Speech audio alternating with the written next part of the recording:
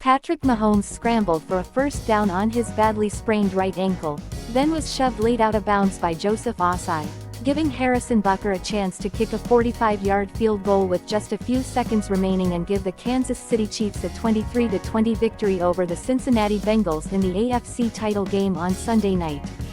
The Chiefs finally beat the Bengals after 3 straight losses, including a 3-point overtime defeat in last year's title game, and will play the Philadelphia Eagles, Coach Andy Reid's old team, in their 3rd Super Bowl in 4 years. "I've watched them all year long. Great quarterback, great entire team," Mahomes said of the Eagles. "It's going to be a great challenge for us, but I'm going to celebrate this one first.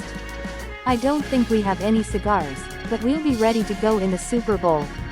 Mahomes, who hurt his ankle against Jacksonville in the divisional round, threw for 326 yards and 2 touchdowns, even though he was missing 3 of his wide receivers to injuries by the end. Marquez Valdes-Scantling led the way with 116 yards and a touchdown, while Travis Kelce, bad back and all, had 7 catches for 78 yards and a score. Yet it was Mahomes on his injured right ankle, rather than with his strong right arm, who rescued the Chiefs. "At some points in games, you've gotta just put it all on the line," Mahomes said. "The defense gave us a couple chances to get in field goal range, we didn't get there. The defense got another stop for us and I knew I was going to get there somehow. So I just put it all on the line and we got in field goal range, and we're at Arrowhead now and we're in." The Chiefs got a crucial sack from Chris Jones to force a punt with 39 seconds left, and return man Sky Moore broke free for 29 yards on the return. On 3rd and 4 at the Bengals' 47, Mahomes eluded pressure and scrambled toward the Bengals' sideline, barely picking up the first down before Ossai gave him a shove from behind. The penalty flags flew, the ball moved 15 yards closer and Butker's kick was good. "We're not going to make it about one play. There was plenty of plays we left on the field today that could have put us in a better position," Bengals coach Zach Taylor said.